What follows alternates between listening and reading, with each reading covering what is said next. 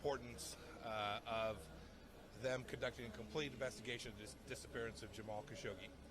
And they made a commitment. They said they would do that. They said it would be a thorough, complete, and transparent investigation. We'll all see the results of that. They made a commitment that they would show the entire world the results of their investigation. Did they say that Mr. Khashoggi is alive or dead? I don't want to talk about any of the facts. They didn't want to either, in that they want to have the opportunity to complete this investigation in a thorough way. And I think that's a reasonable thing to do, to give them that opportunity, and then we'll all get to judge. We'll all get to evaluate the work that they do. I keep hearing that we're giving them some benefit of the doubt. They're going to do an investigation, and when the investigation comes out, we'll evaluate it. It's not about benefit of the doubt. It's that it is reasonable. It's reasonable to give them a handful of days more to complete it, so they get it right, so that it's thorough and complete. And that's what they've indicated they need. And I'm hopeful and then we'll get to see it. We'll evaluate this. Former U.S. Secretary of State Mike Pompeo, in a book released last Tuesday, staunchly defended Saudi Arabia after the murder of Jamal Khashoggi.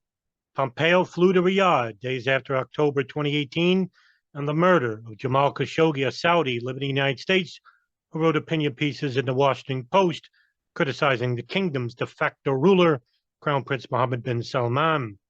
Pompeo wrote in his book, Never Give an Inch, quote, "What really made the media madder than a vegan in a slaughterhouse was our relationship with Saudi Arabia," end quote. On Trump dispatching him, Pompeo also wrote in the book, quote, "In some ways, I think the president was envious that I was the one who gave the middle finger to the Washington Post, the New York Times, and other bedwetters who didn't have a grip on reality," end quote. The CIA, which Pompeo once led in findings later declassified by President Joe Biden, said that Crown Prince Mohammed bin Salman ordered the killing of Jamal Khashoggi, who was lured into the kingdom's consulate in Istanbul, Turkey, where he was strangled and dismembered. Pompeo, in his book, did not contest Saudi responsibility, writing, quote, "This grotesque butchery was outrageous, unacceptable, horrific, sad, evil, and of course unlawful. But it wasn't surprising, not to me anyway. I'd seen enough of the Middle East to know that this kind of ruthlessness was all too routine in this part of the world," end quote. He also disputed that Khashoggi was a journalist, mocking the media of turning him into a Saudi Arabian Bob Wood, who was martyred for bravely criticizing the Saudi royal family. Pompeo's remarks brought immediate condemnation, with Khashoggi's fiancée, Hatice Senghriz, saying she was horrified and upset.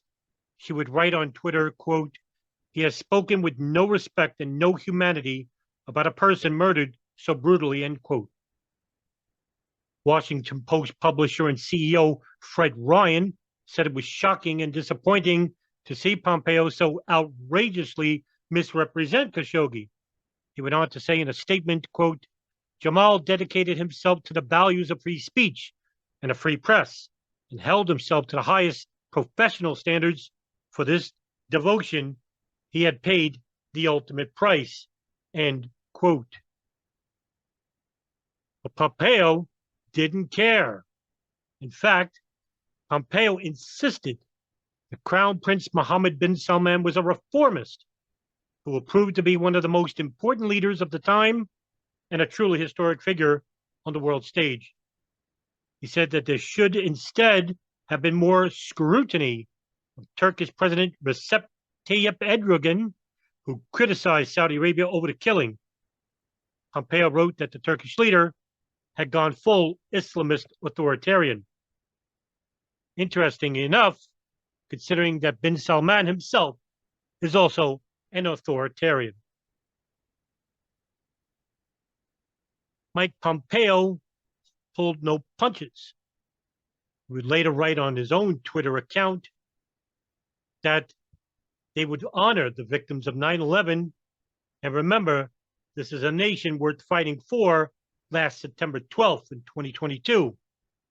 However, he continues the ongoing cover-up of the CIA intentionally withholding information from the White House and the FBI regarding 2 al-Qaeda suspects living inside the United States, and also the continued cover-up of Saudi financing to those hijackers, in which Pompeo refuses, along with the Department of Justice and the White House, to release any future documents relating to the kingdom's involvement with the September 11 attacks.